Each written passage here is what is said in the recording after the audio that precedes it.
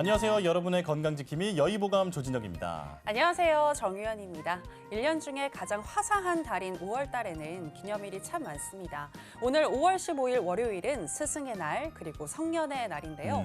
누군가를 생각하면서 기념일을 축하하고 또 그한테 얘기를 이렇게 전하는 거는 무언가 좀 특별함으로 가는 그런 단계이지 않을까라는 생각이 듭니다. 맞아요. 더 돈독해지는 것 같아요. 그렇죠.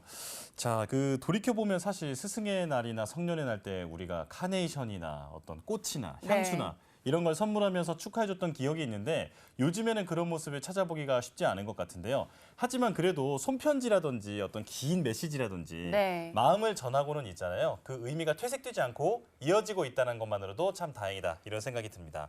자, 그리고 5월에 또 중요한 기념일이 하나 남아있죠. 네, 그렇습니다. 제가 찾아보니까 5월 27일이 부처님 오신 날이더라고요. 그렇죠. 네, 그런데 아쉽게도 빨간 날인데 토요일이에요. 아쉬울 뻔했지만 대체 휴일이 있잖아요. 그래서 우리가 3일 연속으로 쉬게 됐습니다. 좋습니다. 네. 자, 그래서 이제 모든 직장인이 기다리는 빨간 날 같은 프로그램 여의보감 이제 시작해 보겠습니다. 오늘 나와주실 원장님들은 어떤 분들인지 화면으로 먼저 만나보시죠.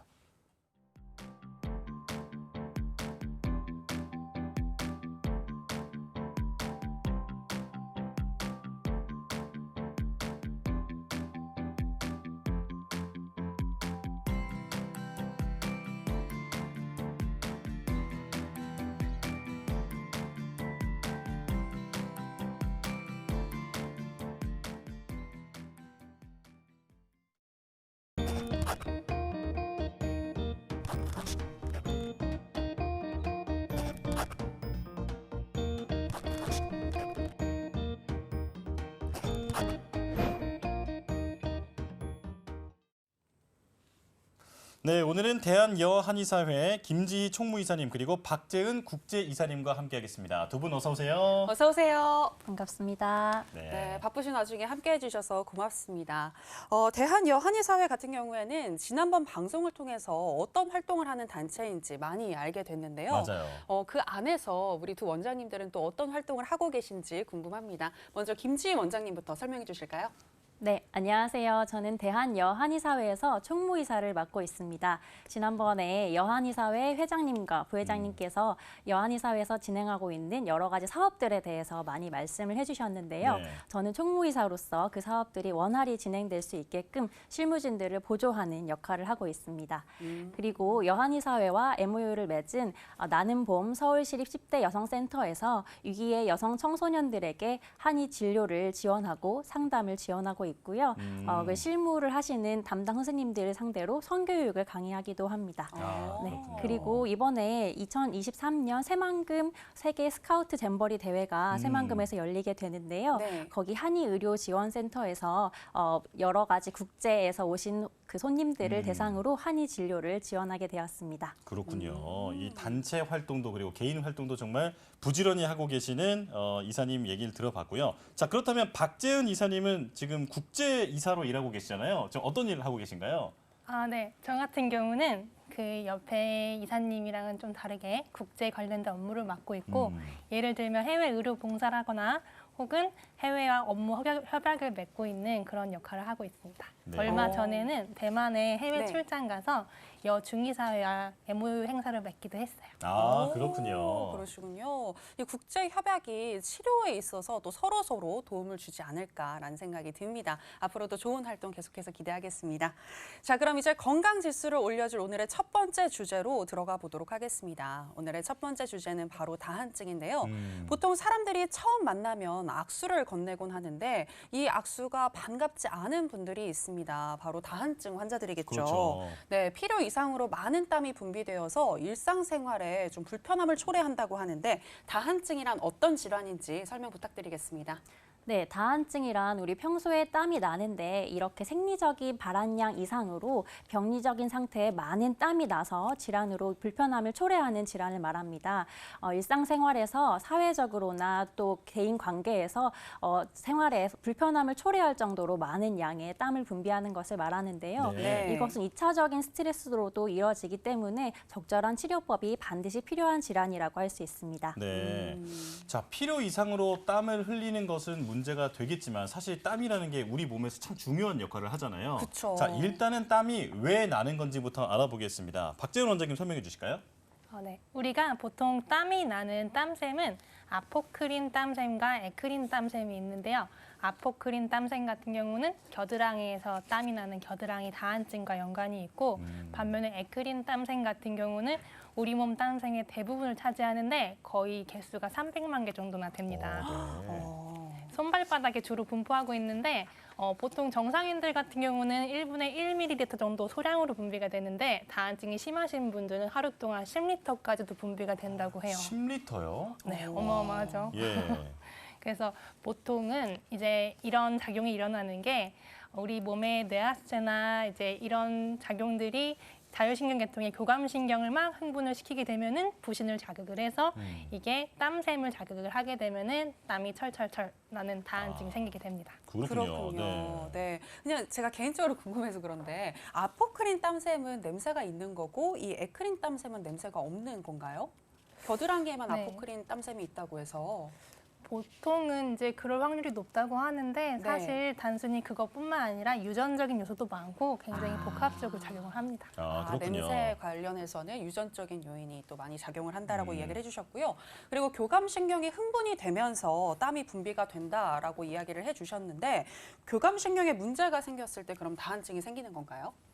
네, 맞습니다. 다한증의 가장 주된 원인은 교감신경의 항진 때문에 주로 일어나는데요. 크게 1차성 다한증과 2차성 다한증으로 나누어서 원인을 살펴볼 수 있습니다. 네. 1차성 다한증은 교감신경과 부교감신경의 불균형으로 유발되는데 그중에서 교감신경이 과하게 항진되었을 때 많이 일어납니다. 네. 그리고 체질적으로도 교감신경이 잘 항진되거나 긴장과 불안을 많이 느끼셔서 심리적인 요인도 있으시고요. 그리고 또 2차적인 스트레스로 사회생활이나 대인관계가 어려워져서 자신감도 저하되시고 다한증의 악화 요소가 될 수 있고요. 또 사춘기에 많이 발병하기도 하고 가족력도 25%에서 50% 정도나 된다고 알려져 있습니다.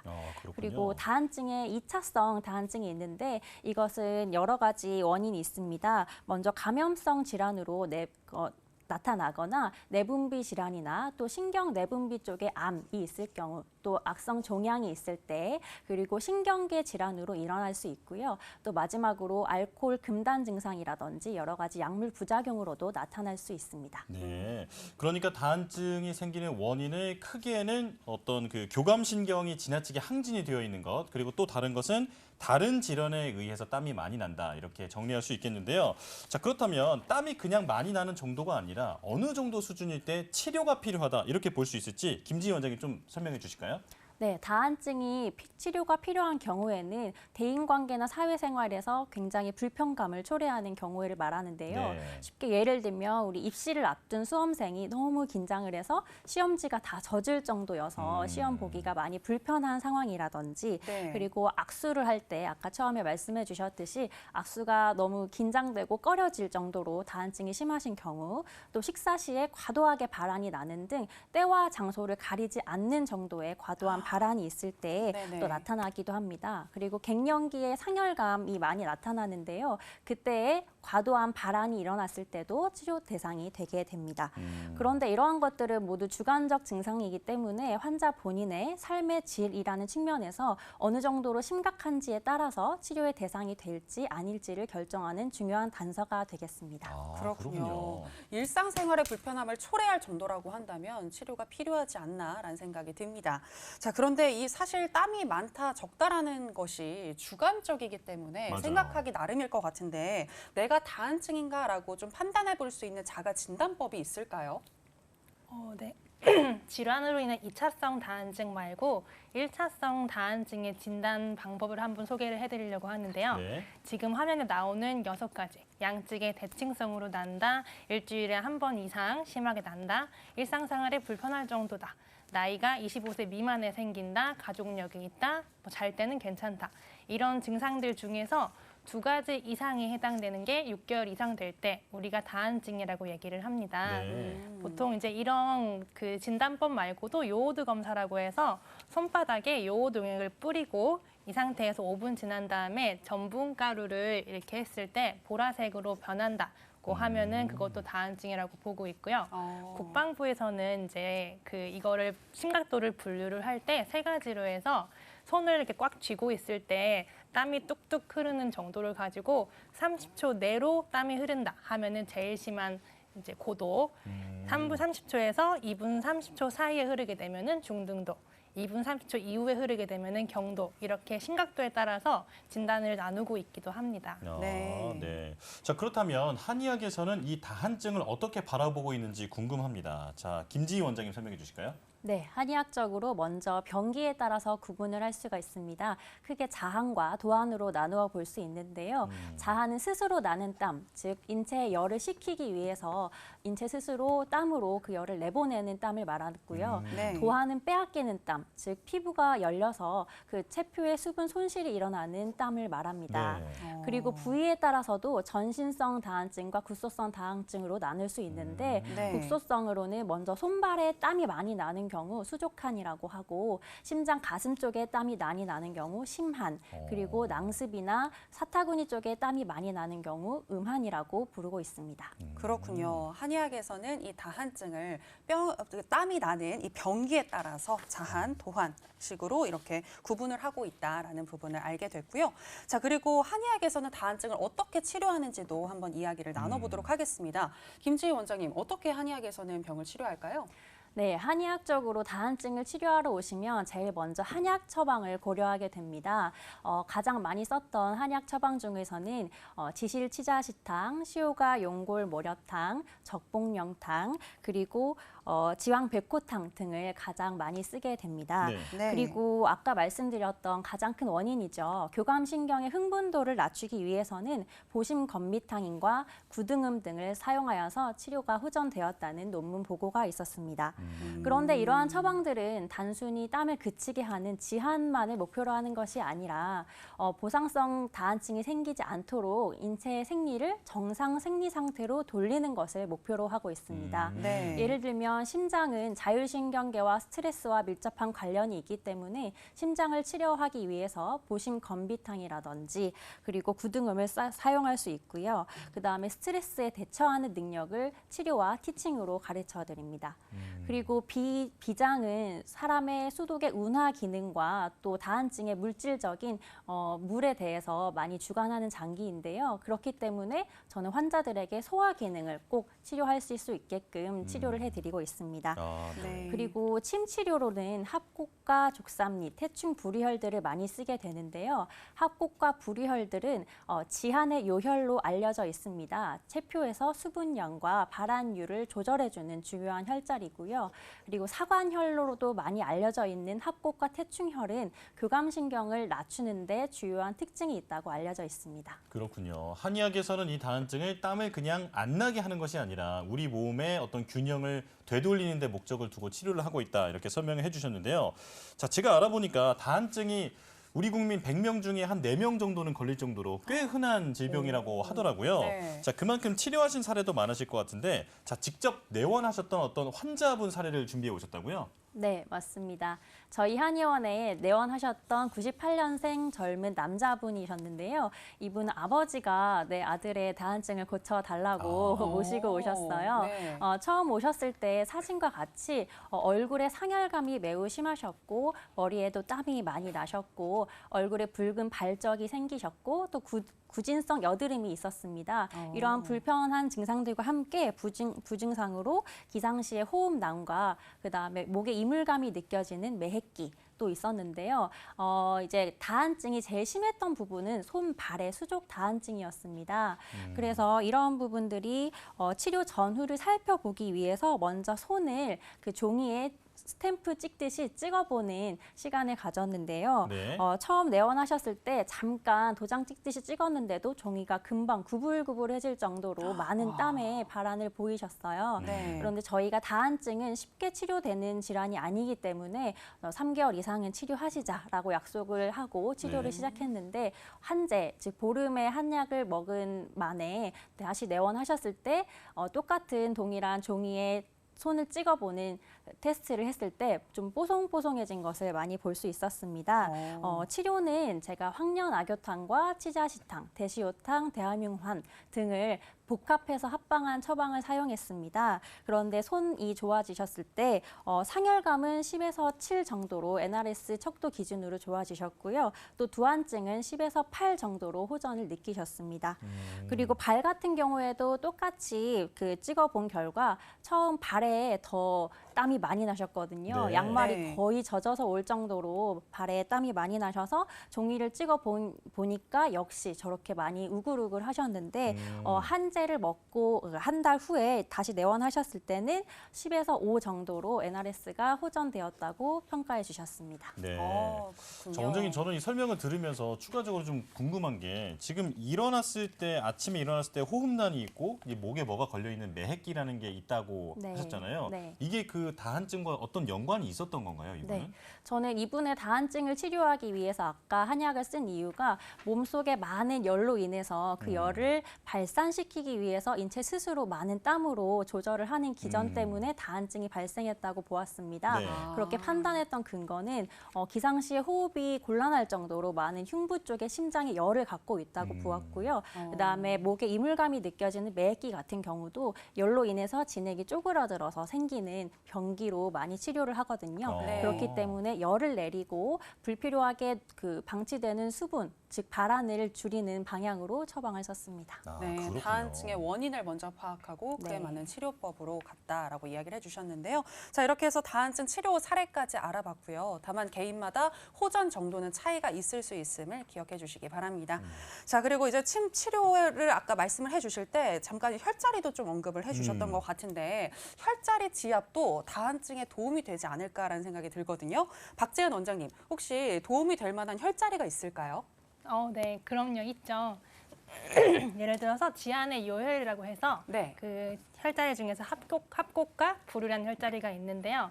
먼저 합곡 같은 경우는 엄지와 검지 손가락을 이렇게 모았을 때 접히는 주름 끝에서 1cm 위를 합곡이라 얘기를 하고 네. 또 불유라고 해서 우리 발목 안쪽 있죠. 발목 안쪽에서 아킬레스건과 그 발목 복숭아뼈 안쪽이 중간에서 6cm 위로 올라오는 자리를 불유라고 하는데 합곡과 불유 두 자리를 열심히 마사지를 해주시면은 다한증 효과를 보실 수 있습니다. 원장님, 근데 저 합곡혈 이거 약간 제가 배경지식 좀 있는데 네. 좀 체하거나 이랬을 때도 누르라고 하는 그 혈 아닌가요?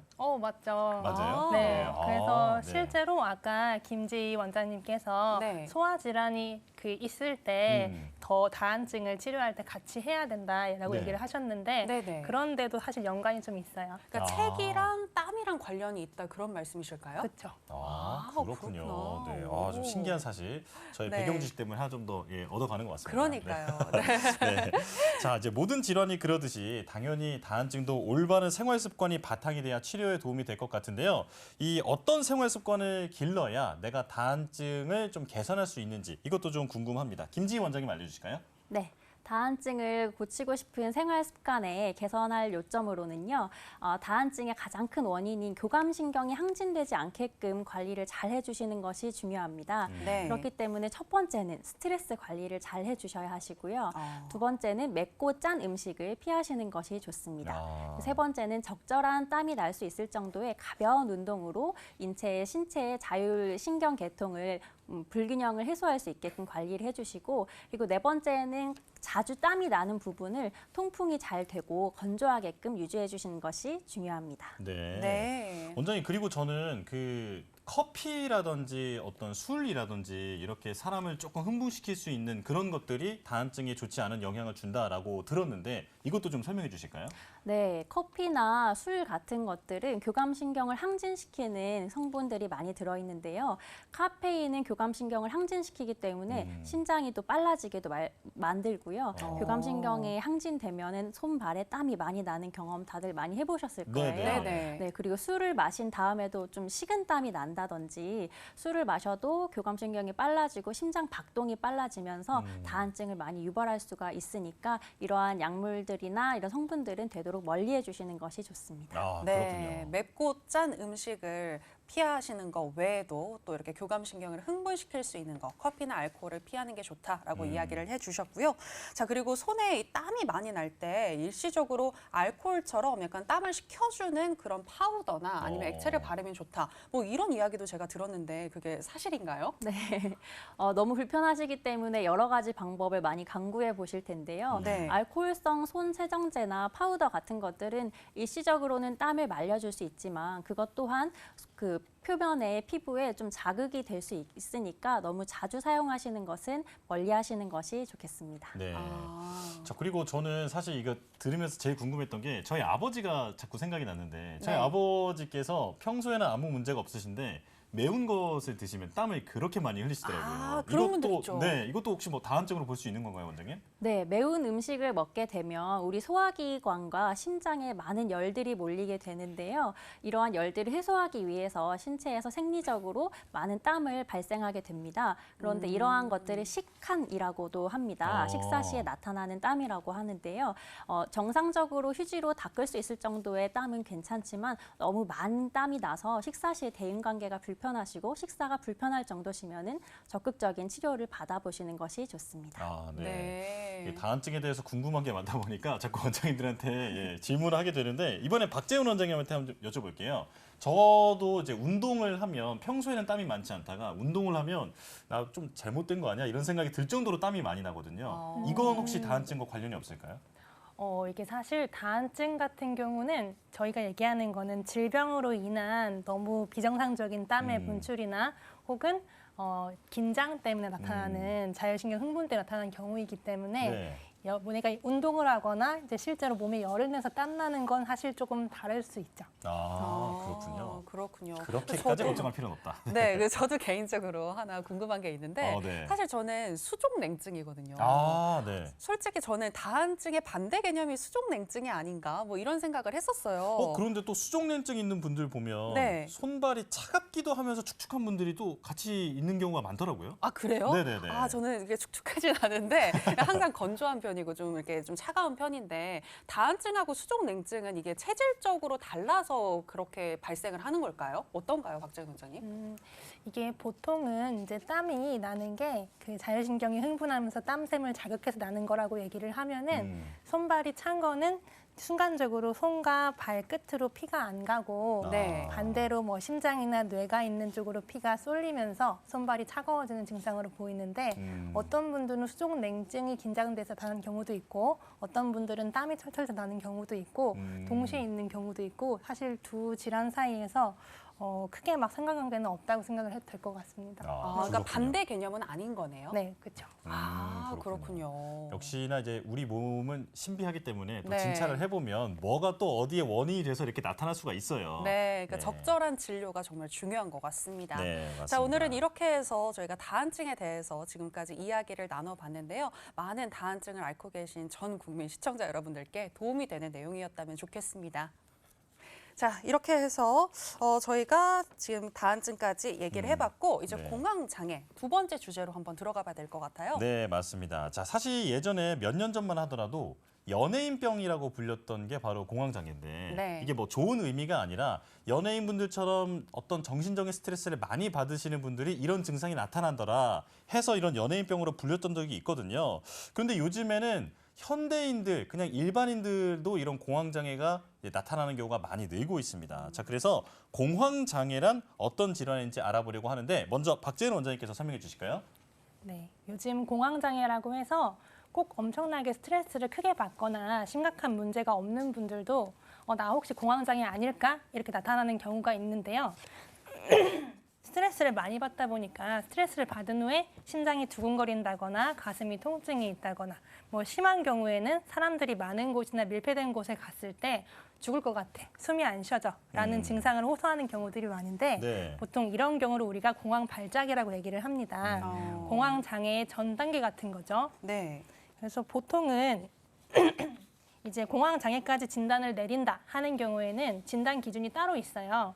DSM-5라고 해서 진단 기준이 이제 증상 목록이 이렇게 쭉 있는데 네. 14가지나 여기 써 있는데요. 보면은 심장이 두근거린다, 땀이 난다, 손발이나 몸이 떨린다, 호흡이 곤란하다, 질식할 것 같다. 뭐 혹은 뭐 이제 오한이 든다, 뭐 이상한 몸의 감각이 든다, 가슴에 통증이 있다, 메스꺼린다, 어지럽다, 미칠 것 같은 공포감이 든다. 그리고 뭐 또 기타 등등 이제 뭐 오한이 들고 뭐 이상한 감각이 들고 여러 가지 증상들이 있는데 이런 증상들 중에 4가지 이상이 한 30분 정도 발생했다 사라지는 거를 우리가 공황 발작이라고 얘기를 합니다. 네. 근데 이런 공황 발작 증상이 한 달 이상 지속이 되는데 여기에 더해서 내가 이런 공황 증상이 다시 생길까 봐 무서운 느낌이 드는 얘기 불안이나 혹은 이런 증상들 때문에 생활에 적응하는 게 힘들고 상황을 회피하고 싶어하는 증상이 생긴다고 했을 때 공황 장애라고 우리가 판단을 하고 있습니다. 네, 지금 공황 발작과 그다음에 공황 장애 그 진단 기준에 대해서 설명을 해주셨는데요. 저는 공황 발작 진단 기준에서 4가지까지는 아닌데 3가지 정도는 해당을 했던 적이 있습니다. 그래요? 네, 약간 발작처럼 올 뻔했는데, 네. 네. 근데 다행히 그게 그렇게 오랫동안 이어지진 않았고 공황 장애로 이어지진 않았는데요. 그때 제가 생각을 했거든요. 이게 공황 장애일 수도 있을까 아닐까 뭐 이런 것들을 혼자서 뭐 나름대로 판단도 해보고 그랬는데 공황 장애를 정확하게 판단할 수 있는 그런 기준이 있으면 참 좋을 것 같다라는 생각이 듭니다. 네. 나에게 나타나는 증상이 공황 장애라고 구분할 수 있는 방법 어떻게 알아볼 수 있을까요? 사실 이런 증상이 심장이 두근거리고 답답하고 굉장히 무서울 수 있거든요. 네. 그래서 심장 질환이 아닐까라고 가장 많이 걱정을 하시는데 네. 우리가 이렇게 두근거리고 답답하고 심장 증상이 있더라도 예를 들어서 뭐 뛴다거나 계단을 빨리 올라가는 등의 격한 활동 후에 생겨나는 심장 증상은 정상입니다. 네. 근데 내가 가만히 있을 때나 누워 있을 때도 이런 증상이 있다 했을 경우에는 이상이 있다고 생각을 해야 되는데요. 만약에 내가 고혈압이나 고지혈증, 뭐 심장병이 기왕력이 있다거나 가족 중에 그런 사람이 있다고 하면은 심장 질환이 가능하기 때문에 빨리 심장 검사를 받아보는 것이 좋습니다. 네. 네. 예를 들어서 협심증이나 뭐 심근경색 같은 응급 심장 질환일 수도 있고요. 심장마비의 전조 증상일 수도 있습니다.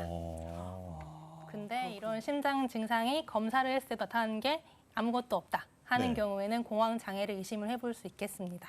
그렇군요. 네, 가만히 있을 때도 이런 증상이 나타나는지 그리고 혹시 가족력은 없는지 이런 부분들 꼼꼼하게 체크하시는 게 좋겠네요. 네, 맞습니다. 자, 그리고 주변에서 공황장애를 고백하는 분들을 사실 어렵지 않게 좀 만나볼 수 있거든요. 네. 그런데 한 연구에 의하면 평생 동안 공황장애가 생기는 그 비율이 한 1.5에서 3.5%, 그러니까 꽤 많은 거예요. 그러게요. 꽤 흔한 질병이라고 볼 수 있는데, 자, 이 공황장애가 왜 생기는 건지 그 원인에 대해서 알아보겠습니다. 자, 김지희 원장님께서 이번엔 알려주시죠. 네, 공황장애 원인으로는 크게 3가지로 저희가 살펴볼 수 있습니다. 첫 번째는 뇌나 신경 전달 물질에 이상이 있는 경우입니다. 뇌에서 공황장애를 주관하는 부분은 크게 전두엽과 해마, 편도체 등이 있고요. 신경 전달 물질에서 관여하는 물질은 가바나 세로토닌, 노르에프네프린 등이 있습니다.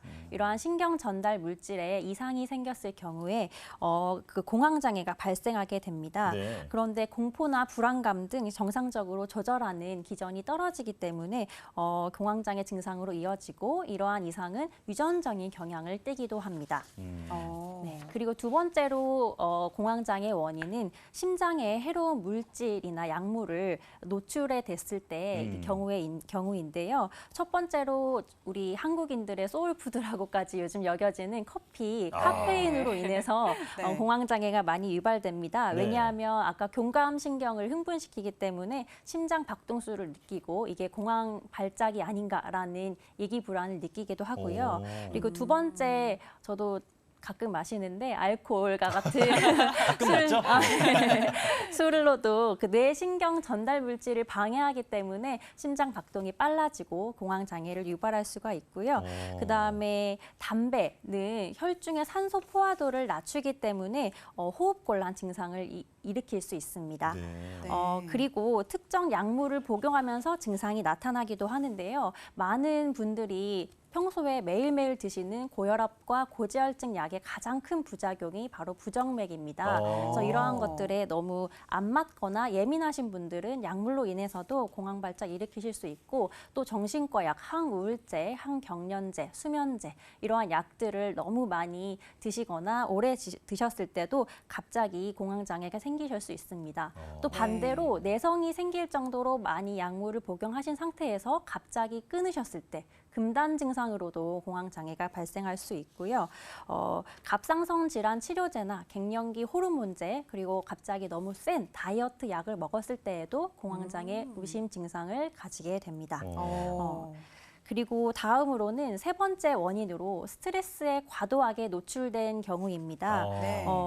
교감신경과 부교감신경을 조절하는 자율신경계에서 스트레스에 과도하게 노출됐을 때 불균형이 유발이 되는데요. 과도한 스트레스는 교감신경을 항진시키지만 이러한 것들이 지속되었을 경우 그냥 일상적인 스트레스 상황에서도 내가 갑자기 불안하고 두근거린다든지 이런 공황장애 증상을 유발할 수 있게 됩니다. 네, 뇌와 신경 전달 체계에 이상이 생겼을 때, 그리고 심장에 해로운 물질이 계속해서 지속적으로 노출이 됐을 때, 그리고 스트레스까지 그 외에도 정말 다양한 원인들이 많은 것 같다라는 생각이 드는데요. 근데 저는 정말 의외고 놀랐던 게 네. 커피가 이런 공황장애의 원인이 될 수 있다라는 점. 이 부분은 아마 많은 분들이 깜짝 놀라셨을 것 같습니다. 그러게요. 정말 네. 한국인의 소울푸드다라고 해도 과언이 아닐 정도로 그러니까요. 많은 분들께서 커피를 찾으시는데 공황 장애는 해로울 수 있다는 점 기억해 보시면 좋을 것 같고요. 자, 앞서서 그리고 심장 검사상 문제가 없을 때 공황 장애를 의심해 볼 수 있다라고 이야기를 해 주셨는데요. 박재현 원장님, 실제로 이 심장 검사를 하고 내원 후에 공황 장애 치료를 시작하는 경우도 있을까요? 네, 실제로 많으세요. 심장 검사를 했는데도 이상이 없고 치료를 시작하지 못해서 돌고 돌다가 이제 한의원에 오신 경우를 몇 가지 좀 봤는데요. 네. 오늘 제가 소개해드릴 환자 케이스도 그런 경우였습니다. 보면은 극심한 불안감과 이제 공포감, 그리고 심장에 통증이 있고 답답함이 느껴지고 여기다가 잠이 안 오는 증상까지 계셔서 아예 직장 휴직까지 하셨던 분이셨어요. 네. 근데 이제 휴직하는 중에서도 내가 이런 공황 증상이 좋아질 수 있을까 걱정이 되고 불안해서 한의원 찾아오셨는데요. 근데 이분 같은 경우는 마찬가지로 심장 검사를 했을 때 이상이 전혀 없었고 네. 이런 분들 뭐 외에도 검사상 이상은 없어서 원인도 모르고 공포감과 불안감에 시달리다가 한의원에 오시는 경우가 많습니다. 그렇군요. 그러니까 네. 뭐 자꾸 심장이 두근거리고 혹은 아프고 이래서 걱정이 돼서 한의원에 갔더니 이제 몸에는 이상이 없는데 어떤 공황 장애가 있더라 이렇게 새롭게 알게 되는 분들이 많다라는 얘기인데요. 네. 자, 그리고 또 공황 발작이 생기면 내가 또 그렇게 될지 모른다는 두려움 때문에 또 발작이 이어지고 이러면서 공황 장애까지 이어지는 정말 악순환이 되는 질병이다 이런 생각이 듭니다. 네. 자, 그렇다면 어떻게 치료하는지가 정말 궁금한데 김지희 원장님이 알려주실까요? 네, 공황장애는 아까 원인을 살펴봤듯이 원인에 맞는 적절한 치료법이 중요하겠습니다. 먼저 심장이나 뇌에 구조적인 문제가 있다면 먼저 심장을 치료하는 약물을 복용하시거나 뇌 신경 전달 물질을 치료하는 신경과의 약을 도움을 받으실 수 있겠습니다. 네. 그리고 두 번째로는 약물이 맞지 않는 경우 계속 복용하지 마시고 나에게 적절한 약물로 복용을 조절하시거나 중단하는 것이 필요하겠습니다. 네. 그리고 마지막으로 세 번째로 스트레스로 인한 경우는 가장 치료가 좀 어려운데요. 왜냐하면 스트레스는 자율신경계 검사를 하여도 원인을 찾기 힘들고 또 치료가 힘든 케이스가 많습니다. 네. 그리고 스트레스 상황을 바꿀 수 없는 경우가 대부분이어서 그로 인한 적절한 치료법을 찾지 못하는 분들이 많으신데요. 먼저 원인을 잘 파악하셔서 적절한 치료법으로 공황장애를 치료해야 합니다. 네, 원인에 따라서 치료법과 그리고 치료 병원도 다르게 접근해야 한다. 이 부분이 인상적인 것 같은데요. 자, 그렇다면 한의학적으로는 이 공황장애를 어떻게 치료하는지 한번 알아보도록 하겠습니다. 박재현 원장님, 앞서서 두 환자 케이스를 설명을 해주셨는데 이분들의 경우에는 어떤 식으로 치료가 진행됐나요? 보통 한의학에서는 이런 공황 장애를 스트레스나 정신적인 문제가 육체에 영향을 미쳐서 생기는 신체화 장애라고 보고 이를 자율신경으로 인한 심신병이라고 보고 있습니다. 심신병이요? 네. 네. 그래서 한약을 사용해서 심장을 안정시켜주고 약침이나 추나를 사용해서 장기와 근육의 긴장을 풀어서 자율신경을 안정을 시켜주면은 이에 따라서 공황장애 증상도 함께 좋아지는 것을 볼 수 있습니다. 네. 자, 그런데 그 준비해 주신 자료 같은 걸 보면 사실 자율신경은 어떤 검사를 해서 이 환자의 상태를 객관적으로 좀 보고 거기서 치료 방향을 잡고 이런 것들이 있는데 이 검사 결과 그 검사 방법과 관련해서도 좀 더 설명을 해 주실까요?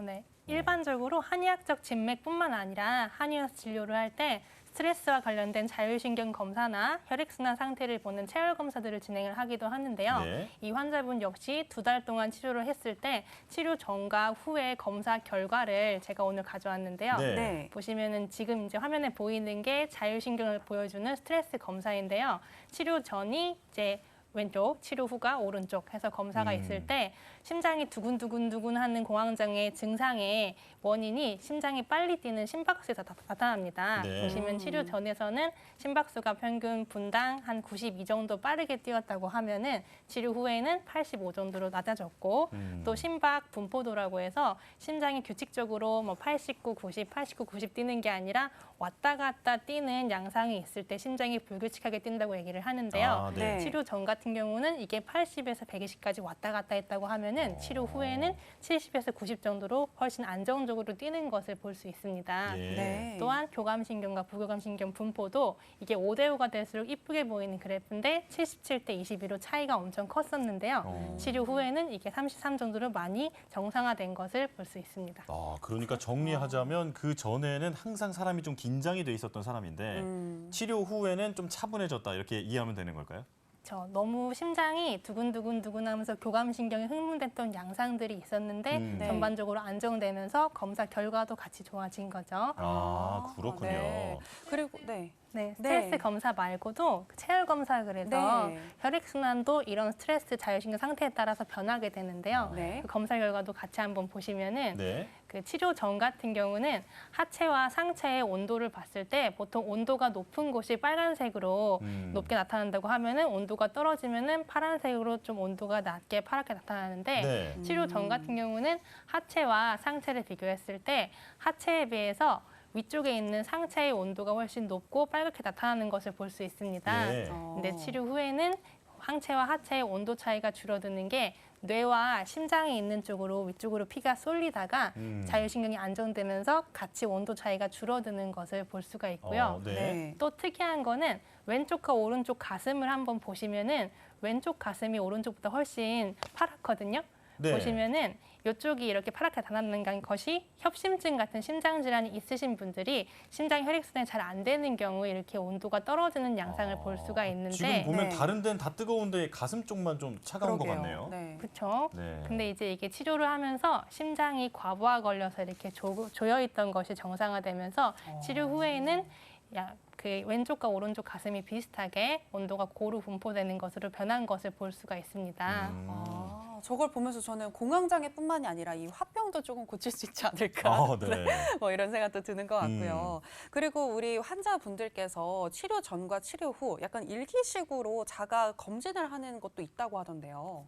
네. 저희 환자들 같은 경우는 치료 전과 후에서 증상이 좋아진 것들을 적어주신 것들도 있었는데 네. 증상 같은 경우도 아까 맨 처음에 극심한 공포감과 불안감과 수면 장애 등을 호소를 하셨었는데 이렇게 자율신경이 안정되고 체온이 정상화되면서 아까 얘기했던 공황장애 증상들도 다 정상화되셨고 대중교통을 탈 수 있게 된 것이 너무 제일 좋다라고 얘기를 하셨고요. 치료를 이렇게 한 다음에 회사에 휴직하고 계시던 것도 정상적으로 복직을 하셔서 네. 지금은 이제 스트레스 없는 곳에서 행복하게 살고 계신다고 합니다. 아, 네, 그 이게 환자분은 대중교통을 네. 네, 타지도 못할 정도로 이렇게 크게 증상이 있으셨던 분이 많이 호전이 됐다라는 거네요. 네, 다행이네요. 네, 그 환자분은 너무 행복하실 것 같고요. 자, 여기까지 공황장애 한의학적인 치료 방법, 치료 사례에 대해서 한번 알아봤습니다.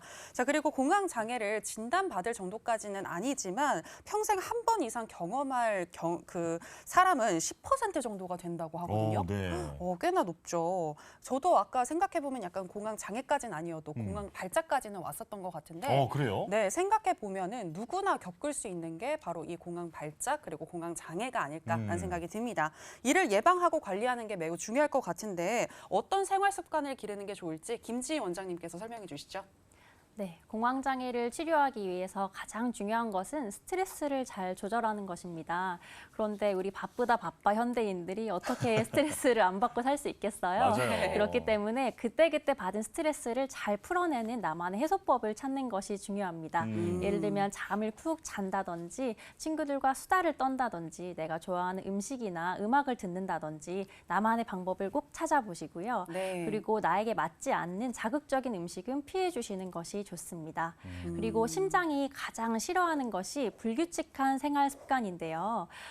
잠을 제 시간에 자지 않고 또 너무 늦게까지 깨어 있는다든지 그리고 과로를 많이 한다든지 하는 불규칙한 생활 습관은 반드시 피해 주시고 그리고 나에게 맞지 않는 술, 커피, 담배 이제 그만하시고 그리고 나의 건강한 생활 습관을 새로운 습관으로 건강하게 만들어 보시는 것이 중요하겠습니다. 네. 네. 이게 공황장애뿐 아니라 모든 그 어떤 건강에도 중요한 원칙이 되는 것 같아요. 규칙적인 그렇습니다. 생활을 하면서 자극적인 음식 피하고 또 스트레스 줄이기. 자, 이 부분 잘 기억해 두면 좋을 것 같고요. 자, 그리고 저는 그 공황장애를 앓고 있는 그 사람들한테 얘기를 좀 들어봤을 때 그 두근거림 같은 게 시작이 되다가 공황 발작이 오면은 죽을 것 같다. 네, 이런 공포감에 휩싸인다고 얘기들 많이 하시는데 네. 정작 또 시간이 지나고 나면은 아무렇지 않게 회복을 한다고 하더라고요. 자, 저는 궁금한 게 이런 공황 장애 같은 게 왔을 때 내가 정말로 어떤 생명의 위협은 없는 건지 전 그게 좀 궁금하거든요. 김지희 원장님 좀 알려주실까요? 네, 공황장애를 했을 때 생명의 위협이 느껴질 정도로 많은 공포감을 느끼게 되시는데요. 이러한 것들은 실제로는 그러한 증상이 아닐 수가 있습니다. 내 심장이 멎는 거 아니야? 맞아요. 이렇게 호흡이 끊겨져서 내가 즉사하는 것이 아니야? 라고 생각을 했는데 네. 이러한 심리적인 공포로부터 벗어나고 네. 이것이 내가 충분히 극복할 수 있다는 생각을 가지고 적극적인 치료를 받아보시면 좋겠습니다. 조금 더 연장해서 저는 또 하나 질문이 있는데요. 이 공황장애가 있으신 분들은 너무 이렇게 좀 밀집된 곳, 그다음에 맞아요. 비행기처럼 갇혀 있는 곳, 이런 곳은 피하라, 뭐 이런 말도 있더라고요. 맞나요? 네, 공황장애를 가장 처음으로 느꼈던 장소가 답답한 버스 안이나 사람들이 많이 출퇴근 시간에 밀리는 지하철에서 처음 느꼈다라고 말씀하시는 분들이 많으세요. 네. 그만큼 공기도 그 산소의 양도 적고 또 갑갑한 생각을 느끼게 할 수 있는 밀폐된 답답한 공간은 되도록이면 피해 주시는 것이 좋고요. 네. 요즘 날씨도 좋으시니까 한강이나 탁 트인 곳에 가셔서 맑은 공기 쐬시고 쾌적한 생활하시면 더 도움이 되실 것 같습니다. 그렇군요. 네. 역시 기분이 살짝 안 좋고 그럴 때는 산책하면 기분 많이 좋아지잖아요. 그렇습니다. 네. 이 공황장애가 있으신 분들도 바깥 활동을 좀 늘려보시는 게 어떨까 이렇게 생각이 듭니다. 네. 자, 그리고 공황장애에 또 도움이 되는 그 혈자리도 궁금한데요. 자, 박재은 원장님께서 이건 좀 설명해 주실까요? 네. 보통 공황장애가 직접 겪어보시지 못한 분들은 모를 수 있는데 굉장히 무섭거든요. 네. 그리고 발작이 느낌이 있다가 오는 게 아니라 갑작스럽게 찾아오기 때문에 보통은 이렇게 갑작스러운 공황 발작 증상이 있을 때 쓸 수 있는 혈자리 오늘 알려드릴 건데요. 소부와 노궁이라고 해서 손바닥을 쫙 펼쳤을 때 네. 이렇게 가로주름을 이렇게 그었을 때 두 번째, 세 번째 손가락 사이로 만나는 곳이 노궁, 네 번째, 다섯 번째 손가락 사이로 만나는 곳이 소부라고 얘기를 하는데요. 지금 한번 이렇게 만져보시면 아픈 분들도 있고 안 아픈 분들도 있는데 여기를 마사지 해준 게 심장을 마사지하는 효과가 있습니다. 네. 그래서 이게 이제 발작이 있을 때 마사지 하는 것도 응급처치에 도움이 되지만은 그 외에도 나는 평상시에도 아픈데요 하시는 분들은 심장질환 위험성이 있는 분들이기 때문에 네. 평상시에 자주 마사지를 해주시면은 도움이 될 수 있습니다. 원장님 네. 이거 마사지 할 때 그냥 손으로 이렇게 누르는 정도면 되는 건가요? 뭐 이쑤시개라든지 이런 게 필요하진 않는 건가요? 손으로 꾹꾹꾹꾹 눌러주시면 되는데 가지고 있는 볼펜이나 이런 걸로 마사지 하시는 건 다 의미가 있기 때문에 많이 이렇게 풀어주시면은 현대인들한테는 다 도움이 될 것 같아요. 네, 그렇군요. 소부혈과 노궁혈 가지고 있는 도구를 사용해서 한번 혈자리를 지압해 주시면 좋을 것 같다는 생각이 들고요. 특히나 병원에 갈 수 없는 상황일 때, 밤 늦은 시간에 그리고 잠자다가 혹시라도 발작 증세가 일어나면 이게 또 도움이 되지 않을까라는 생각도 드는데 그래서 저는 궁금합니다. 이 공황 장애도 잠자다가도 올 수 있나요? 박지 원장님? 보통 잠자다가 오시는 분들도 많아요. 사실 네. 공황장애 있으신 분들이 수면 장애를 호소하는 경우가 그래서 생기는 건데 자다가 갑작스럽게 심장이 두근두근 하는 것 때문에 깨버리시는 거죠. 그래서 심장이 두근두근 갑자기 이상 반응 일으키면은 갑자기 놀라서 깨는데 다시 자려고 하는데 갑자기 죽을 것 같아. 이대로는 내가 어디에 어떻게 돼버릴 것 같아. 이런 느낌이 들면서 나가서 산책을 막 하고 오신다거나 이렇게 고통을 겪는 분들이 굉장히 많습니다.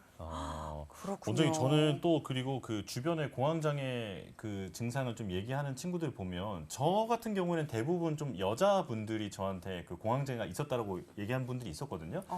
실제로 좀 어떤 분들이 공황장애에 많이 걸리는지도 궁금해요. 네.